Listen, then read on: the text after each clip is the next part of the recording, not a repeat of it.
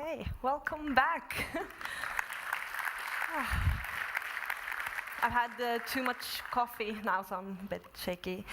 Kristoffer Rønneberg will now take over for an hour. He's a foreign news journalist at Aftenposten, a leading Norwegian daily paper.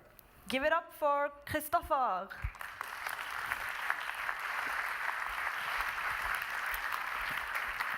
Thank you very much, and continued good morning to all. We've been talking about creating physical things this morning. We've been talking about creating buildings, creating artificial limbs, creating photographs.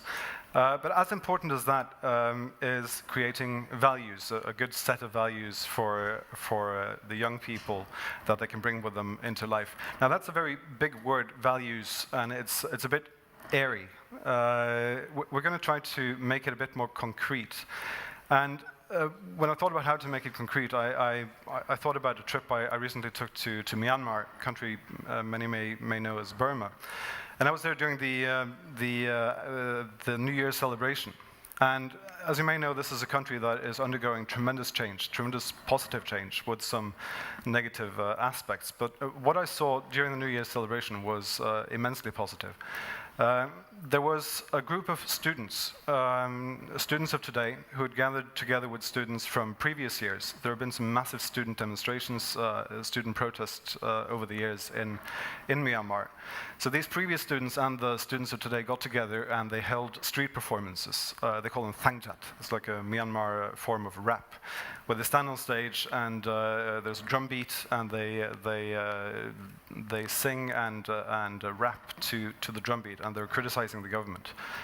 Now, what I found really interesting is that they're not talking about revenge. They're not talking about getting even with people who've done bad things to them. They're talking about how to bring the country forward.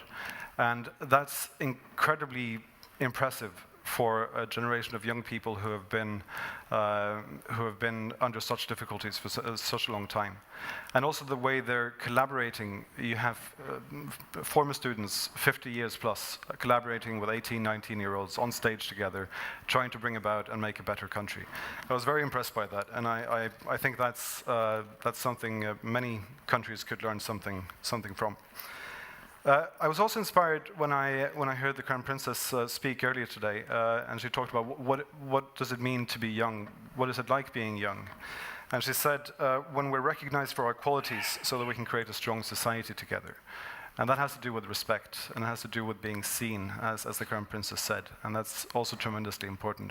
I think we're going to touch upon all of this with our very good panel, and also with our two speakers who are coming to the stage before we start discussing in the panel.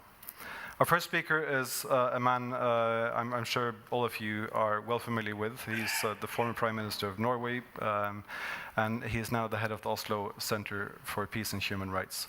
So please welcome to the stage Mr. Kjell Magne Bondevik.